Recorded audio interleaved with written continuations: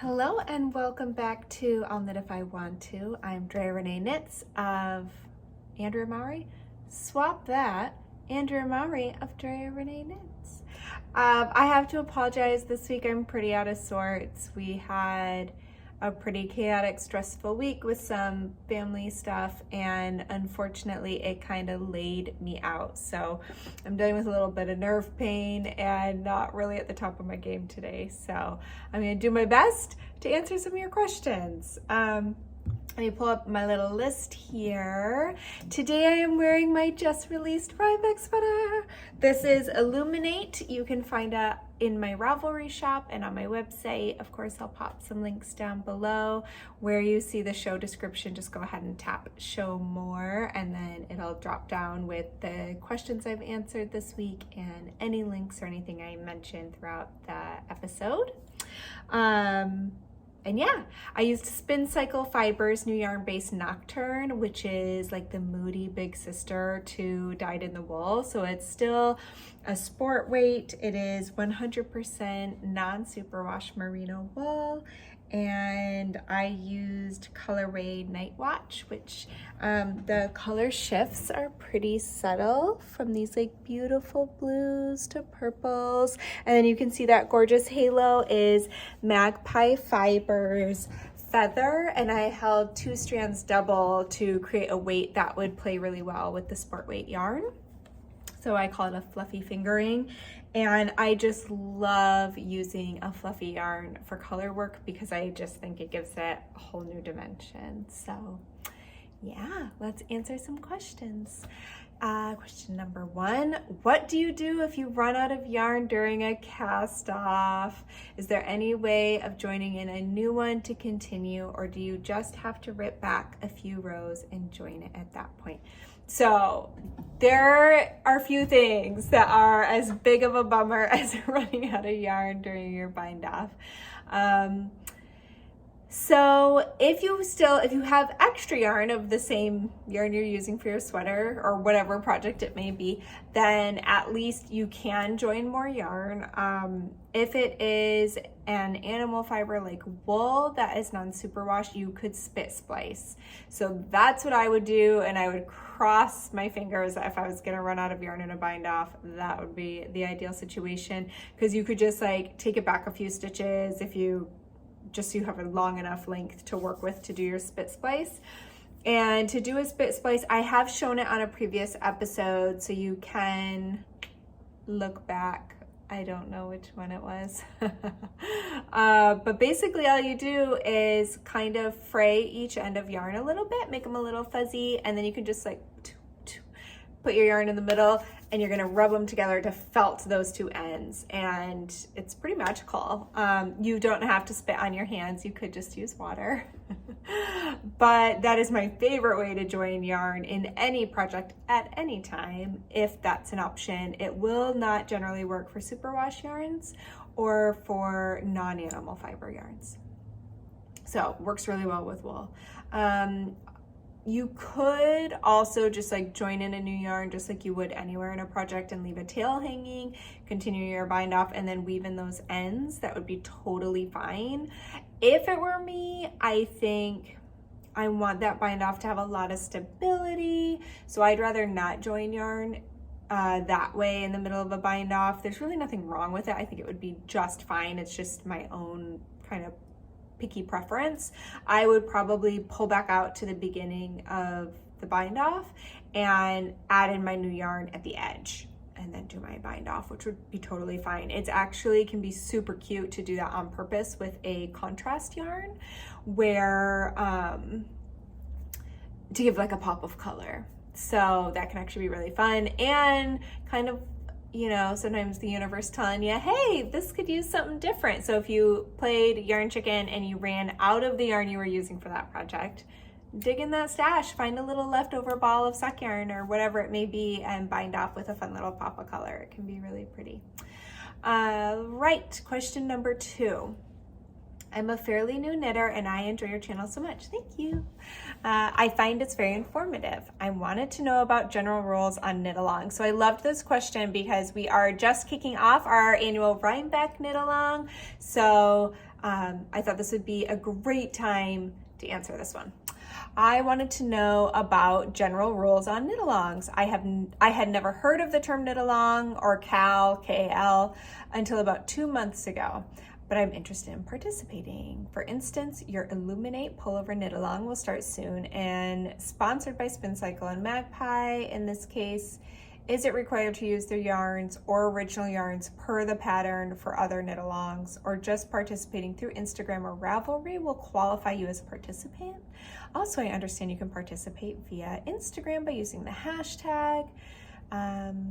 Just leaving a comment in the thread is enough to show your participation. So that was a whole bunch of questions, but all of these rules are actually listed. So for my knit-alongs and most knit-alongs, you will see at the beginning, wherever the information is shared, there you should be able to find like a list of rules on how to participate, because all knit-alongs are different. It really depends on who's hosting it. So for this particular knit-along, it is being hosted by Kayla and Sam. Kayla is Marissa Made on Instagram. I've typed that out below. And Sam is Elemental Knitwork. So I highly recommend following them on Instagram. To participate on Instagram, you can just use the hashtag Illuminate, K-A-L. And if you do use Instagram, I recommend staying tuned in over there because they're hosting some Instagram lives. So last night they did one where you can watch them chat live, and they did a whole like color inspiration to help you pick colors. And they have, I believe, one a month for the whole knit along plan to check in, see how everybody's doing. So if you're on Instagram, definitely check that out. I'm also popping the links below for the forum location. So for the Rhinebeck knit along, they host it on both Facebook and Ravelry to try and give a spot so that hopefully we're covering most people can go to either one or the other to participate. You don't have to participate in both. You absolutely can if you want to. And yeah, generally to participate, you just gotta chat in those forums, let us know you're there. And for the prizes, what we usually do is we have a special link where you go share a picture and show your sweater before the end date of the knit along, and that's how you enter to win a prize. And that's generally how I do my knit alongs, is I have a forum that you chat in, and as long as you post your finished object before the end, then you get entered to win a prize. But they're really laid back and casual. Really our number one rule is everyone's welcome, and except for bullies, like no meanies allowed. And that's it. So again, if you go to either of the links below, or you can pop on over to my Instagram, I just posted yesterday. So my last post you'll see has all of the information. So who, what, when, where, rules to participate, what the prizes are, they're super good, and all that stuff. So hopefully that answered it. Oh, I did want to answer that question about if you have to use that yarn. You do not. So that's listed in our rules. You don't have to use Spin Cycle and Magpie fibers to participate. You can use any yarn you want.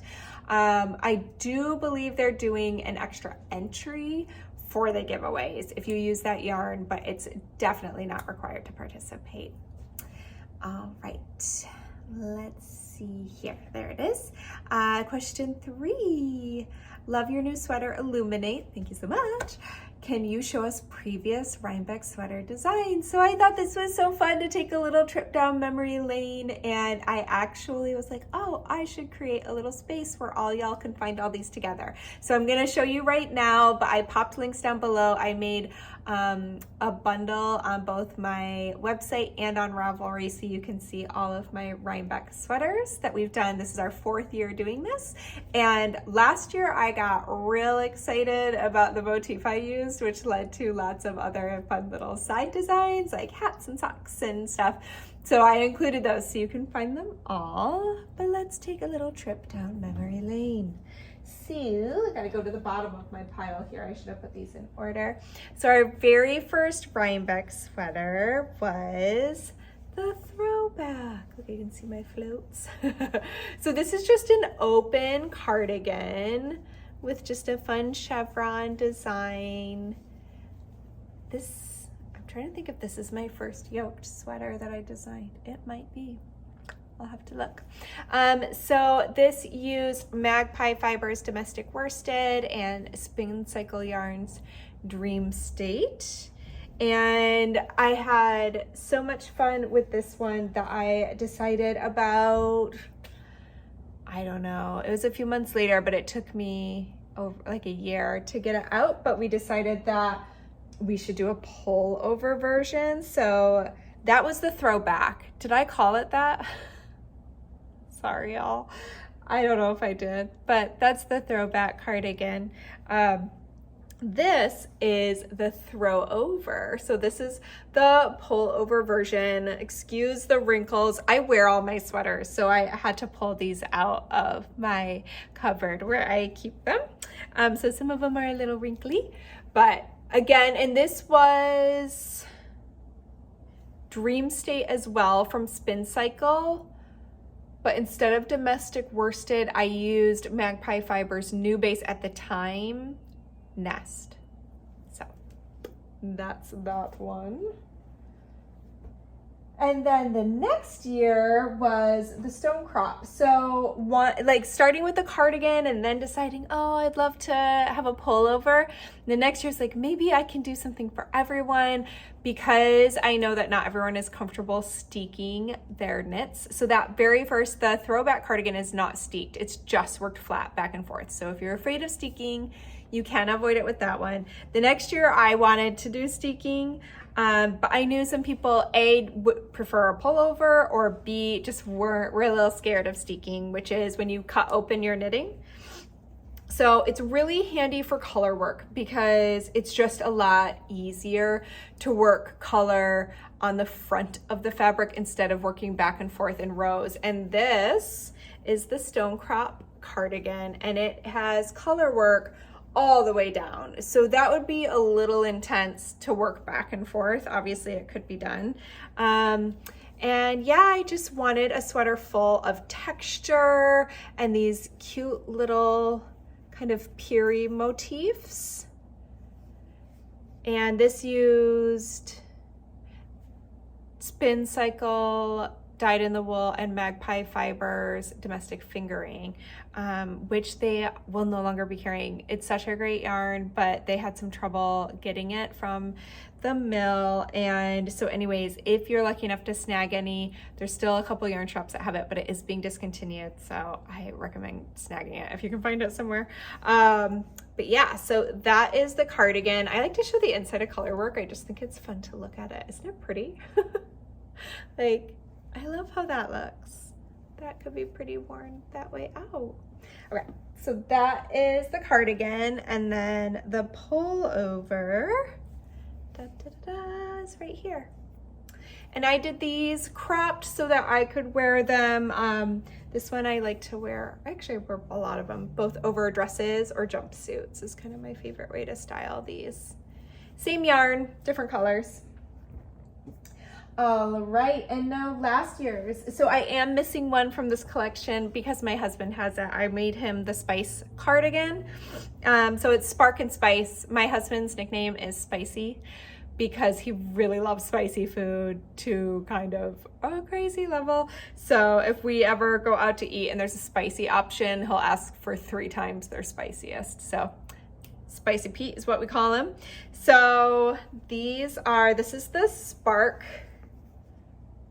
cardigan. So it is a longer cardigan. I just love those colors and that motif.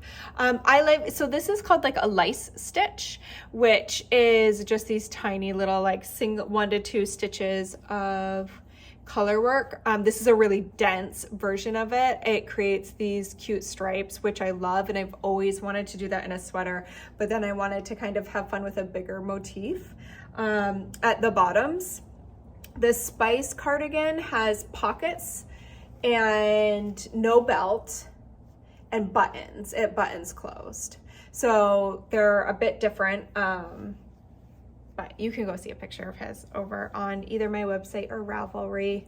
But yeah, it's belted, which is, I love a belted like cozy cardi for the colder months. And so yeah, there's that one. There is the quote unquote men's version. You can knit either. I graded the Spice cardigan for broader shoulders with a deeper yoke, but a lot of people have actually bought both Spark and Spice and then kind of mashed the patterns together. They wanted the motif, but they also wanted pockets and buttons, so you can kind of play around with them, and I find that they fit unisex pretty well. But then I also wanted to, again, for those who don't want a steek or don't want a cardigan, on actual like Rhinebeck weekend, we released the Sparky pullover, which is a cute little top down with pockets, because I love pockets. And they're cute because they're the dyed in the wool. I like a fun little hidden surprise. So that is the Sparky pullover, cute little cuffs. And then I couldn't stop there with that motif. So we also have the Sparks socks, which I love. These have an afterthought heel. They're super cute. And those might have been, no, they're not my first all color work socks, never mind. But they are my first like non-slipper sock. I like to do color work a lot of times on more like slippers, so it was really fun to do it on socks and create like super cozy socks. And this is the Flicker and Flame hats, which were obviously based off of the same motif. So there you go. Thanks for joining me on that little walk down memory lane. And as I said, you can find all of those in the bundles linked below. All right. How do you switch the cord on an existing project in the round? I'm knitting a sweater and I'm at the point where I need a longer cord to hold my project, but I can't figure it out. Am I overthinking this? I thought this was such a great question. It just reminds me of those times when you know something like shouldn't be as complicated as it feels. I just remember that a lot throughout my knitting journey. Like there are times I really struggled with the yarn over. I don't know if anybody else did, where I thought it included the stitch after the yarn over, so I would always mess up my stitch counts, and I knew I just was overthinking it. So anyways, I loved this question because I was like, oh yeah, that sounds super confusing if you don't know how to switch out that cord. So basically you're just going to put it onto a new needle. So if you have interchangeable needles and you only have one set of needle tips, so let's say you're using a size 7 needle and they're currently on a 16-inch cord that you used for the collar, but now you need to go up to a bigger cord to accommodate the body stitches. What you would want to do is, if you only have one set of needle tips, or because I don't want to make this more confusing than it is, and I feel like my words aren't really coming out the way I want them to. Let's try that again. So all you would want to do, if you don't have another set of 7 needle tips to put onto your long cord, so that you could just, if you do, then you would just go ahead and knit right onto that new cord, or you could slip stitch by stitch. I would just go through and knit, like holding my new needle with the longer cord. If you can't do that, then what I would do is I would actually go down a needle size, let's say to a 6 or whatever you have, and I would just go ahead and thread all my stitches on to the longer cord with my size down needle tips. Once they're on there, you can kind of pull the needles out, screw off or pop off the size 6 needle tips, and switch them out for your 7s. That makes sense. It's one of those things that now that I'm saying it, I'm like, am I making this sound more confusing than it is? I promise it's not. But yeah, you're actually literally gonna shift the stitches on the small cord to a new longer cord with different needle tips. I hope that makes sense. Let me know if it didn't. I'm sorry. All right, and the last question, how do you decide what method of casting on you will use? Do you have a go-to cast on? So yeah, it really depends on the project. For sweaters right now, I am pretty obsessed with this. I'm gonna get real close to y'all. 2x2 tubular cast on. I love how it's so like tidy. Here's the bind off. Maybe I can kind of pull it out from here. So it does this on both sides. It's just like so beautiful. So a lot of times it's whatever I'm just really excited about and currently want to use. But it can also be determined on what I need it for. I really like a twisted German cast on for like a hat. That's a really nice stretchy cast on that's really similar to the long tail. And if I'm just casting on though like a couple stitches to start maybe an asymmetrical shawl, then I'm just gonna do a regular old long tail cast on. If I'm starting a triangle shawl that I'm gonna have an edge on, I'll probably do a garter tab cast on or an I-cord tab cast on. Or if I want my project to be encased in an I-cord, then I would start with a long tail cast on, but then switch to doing an I-cord like edging. So yeah, it just really depends on the project and what I want that finished treatment to be. And you can certainly swap different cast-ons and bind-offs in and out to suit what you like. And by what you like, I mean both what you actually like doing, like it should be kind of a fun part of the process, or how you like how it will look. So by all means, use what you love. There are books out there that are just on casting on and binding off. All right, I'm gonna wrap this up and go rest for a little bit, but before I do, for the bonus question today, I thought it would be fun to do a little show and tell of my recent spinning. So I spun this yarn up months ago, like months and months ago, and the singles just sat there forever, and I just did not have a chance to ply them until recently. And so I had so much fun playing them, and now it's so beautiful. I'm so happy that I got to do it. So this is a club colorway from Nest Fiber Studio. I don't know which month it was, I'm sorry, because I'm usually pretty good at recording things. It might be in my book, but yeah, I took a long time to finish this one, but I'm super stoked about it. And yeah, I have to figure out what I want to do with it. And then on my bobbins, I had all these little bits of leftover yarn. And I was like, oh, what am I going to do with this? So if you spin, you know that you're typically not going to just end up with like the perfect amount of singles on each bobbin. So when you ply them together, a lot of times there is some fiber left on one bobbin. And I had a few of those hanging out. So I actually decided to just ply them together. So I had leftovers from this, and then I had leftovers from the yarn I had spun for my husband's socks. That was like a blue, green, brown. It's so pretty. It's just like this little mini skein. And I love all the purples and blues and everything together. So anyways, that was just kind of like a fun little treat.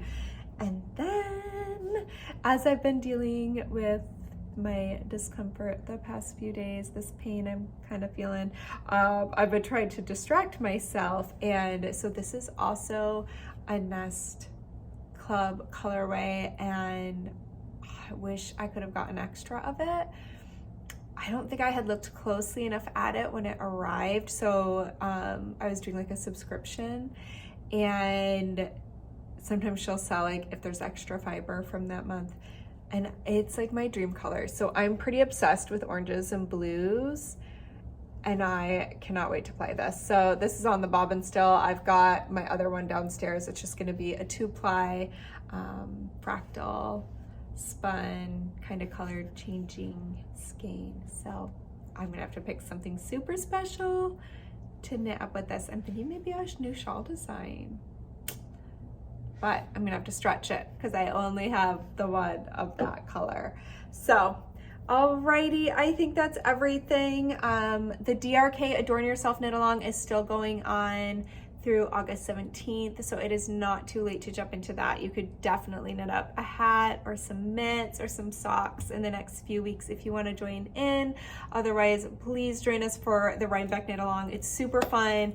We are going to Rhinebeck this year, and we're going to do a meetup on the hill. If you cannot travel at this time or don't feel comfortable or just can't get to Rhinebeck, we are gonna have a virtual option. So you don't have to miss out on the meetup. We're still gonna be able to do that virtually, but we would love to have you join. And yeah, I hope y'all have a great weekend. I hope it's full of some knitting or some spinning or some playing outside.